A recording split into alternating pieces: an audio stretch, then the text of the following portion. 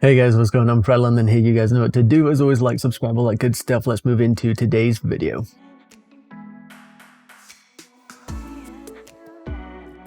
So we're starting off with an absolute banger of a story, and that is Kai Havertz has his heart set on a move to Chelsea, and I definitely read that in the wrong order, but we're going to ignore it. Apparently, this is the source from Kevin Palmer, who I've heard is reliable. I've been looking through some of the replies, and a lot of people saying he's, fairly good source, has got a lot of good things, got a lot of things right previously. He says, so it looks like Kai Havertz has his heart, set his heart on a move to Chelsea this summer. Fee still to be agreed, but it would be a signing to confirm that Roman Abramovich is ready to spend big once again. And then there's also reports coming out that we are offering him a 5-year contract worth £7.2 million a year.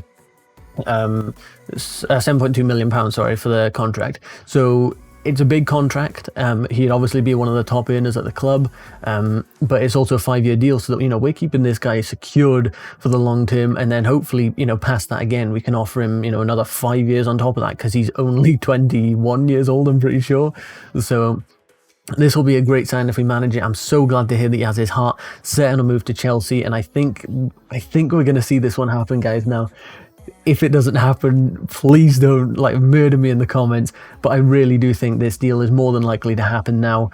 We're seeing fees getting involved in these discussions. We're seeing talks of him having his heart set on a move there now. He's decided not going to wait another year for someone like Real Madrid or Bayern Munich maybe. Chelsea, I can move there this year. Good club, going to be competing for titles, trophies, Champions Leagues, the lot of it in the next coming years. So very exciting thing here. I'm so glad to hear he wants to come to Chelsea. That's great news.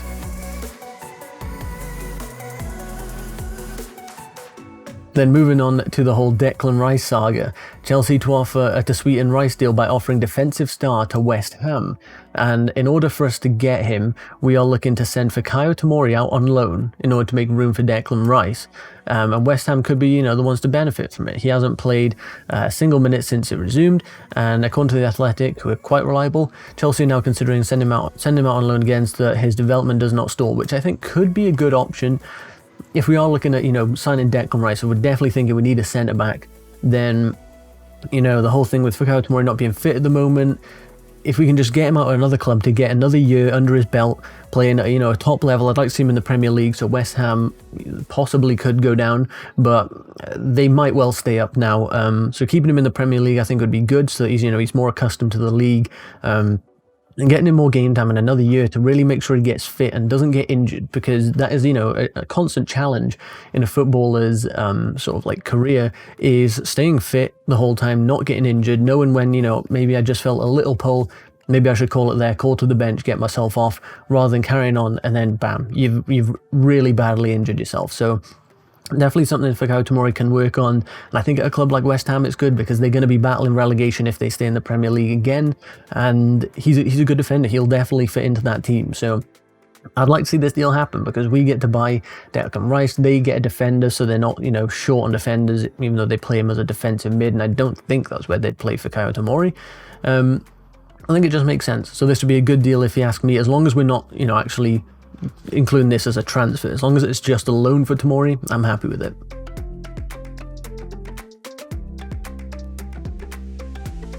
And then the next story is about Juventus and Jorginho.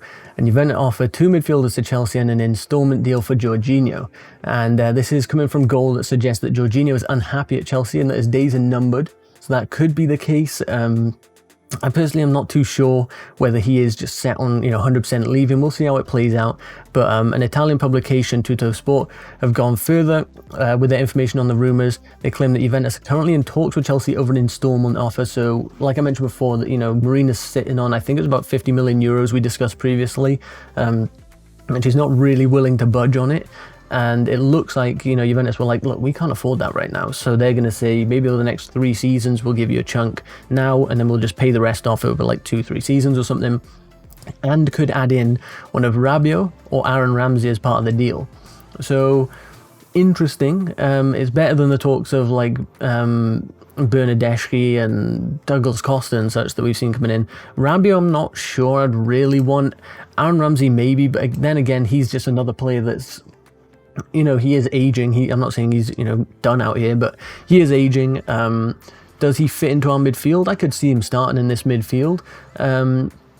But he's definitely more of a going forward kind of player, and I think we've got enough of that. You know, we'll have Kai Havertz, Ruben, Mason Mount and Barkley, who can all go forward at this point. Ramsey isn't much of a, you know, sort of defensive mid sort of player, so a bit weird. I think I'd rather just get the cash, because that means we can spend it how we want, and that could be a good chunk towards the Kai Havertz deal. So yeah, I think I'd rather them just pay like in installments over the next couple of seasons and see out that 50 million euros that I think we mentioned the other day.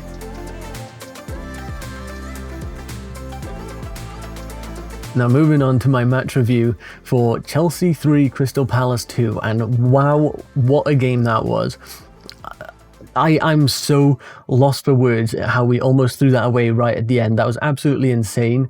Of course, it ended 3-2, so we got the win. That's all that really matters. And I'm recording this just after the game, so Arsenal and Leicester are yet to play. So come on, Arsenal, do the job, keep us third. That'd be an absolute beautiful result from today. Let's go through the pitch. Of course, Giroud managed to get a goal, Pulisic and Tammy Abraham. Giroud's was very unfortunate. I just want to say on the whole Gary Cahill thing, there were, some of the Palace players were claiming that we should have stopped play. Not at all. Like, no other team, no other player, they wouldn't have done it themselves had that happened. So, no, I'm not buying that at all.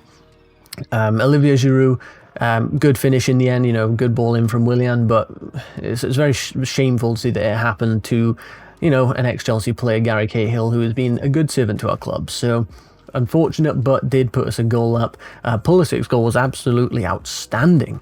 Like, that was a lovely little take it down to the left, and you think, is it a little bit too wide? And he just bangs it into the top corner. Beautiful goal from Pulisic. Nice to see him actually getting a goal rather than just feeding Willian all the stats. And then Zaha managing to score that.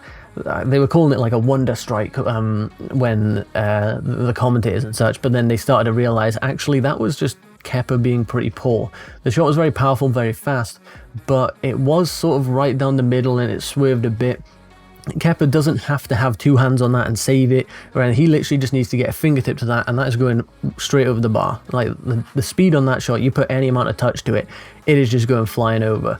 So very poor from him again. More worrying signs that we need a keeper.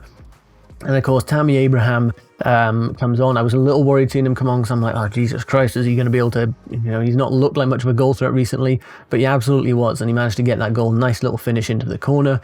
Benteke instantly replies with that goal, and I was just like, oh my God, it's going to happen. It's going to be like a 92nd minute, I was thinking in my head. Corner, and they were getting a lot of corners towards the end from Crystal Palace, and they very, very nearly did. They're pretty sure it hit the post in the end, and then it was cleared out.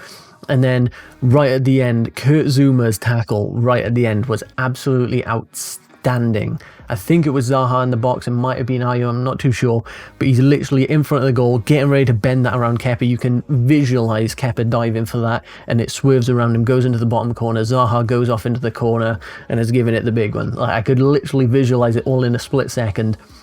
And Kurt Zouma comes flying in from out wide and like jumps like 2 foot straight at him, but manages to clip the ball and gets it out. Outstanding tap. That literally won us the game in the end, that tackle. So very well done for Kurt Zouma on that one. But across the pitch, Willian did very well getting his 2 assists. Giroud did very well getting the goal. Christian Pulisic again getting a goal at last. I say at last like he hasn't scored recently, but it feels like he should have had like 7 goals. The amount he's been just feeding Willian at the moment and scoring himself and assisting and stuff. So great games from Pulisic. Ross Barkley a little poor, you know, not his best game, but certainly wouldn't say it was like a bad game. It was better than average. Billy Gilmour did pretty good. A couple shaky moments in there were like just misplaced passes, but in general, he proved that he was, you know, trustworthy to come on and take that slot over Jorginho, and he did a good job of it. Mason Mount, again, outstanding just with the press and the systematic play, winning the ball. Like, sometimes there were like 3 players around him, and he does a beautiful spin, gets it off, and plays it up the pitch to Pulisic. Very nice work there.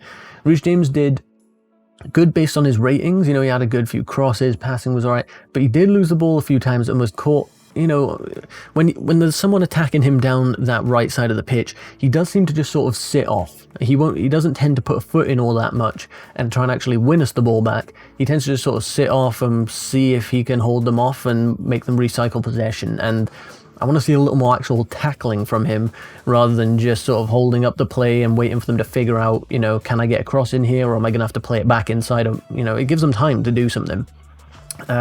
Christensen, good game, conceding 2, you know, you have to place blame on Zuma and Christensen for that in some regard, and I definitely think when Zuma came diving in for Benteke's goal, Christensen was just like mugged off and was out of position. Zuma then probably should have just stuck on Benteke, because if he sticks there, he can just, you know, get his foot in front of it and clear it out, whereas he decided to just run at him by the byline and messed up, basically. He went diving in off the ground and it just got slotted under him, and Benteke scored. Azpi, I'd say, had a good game.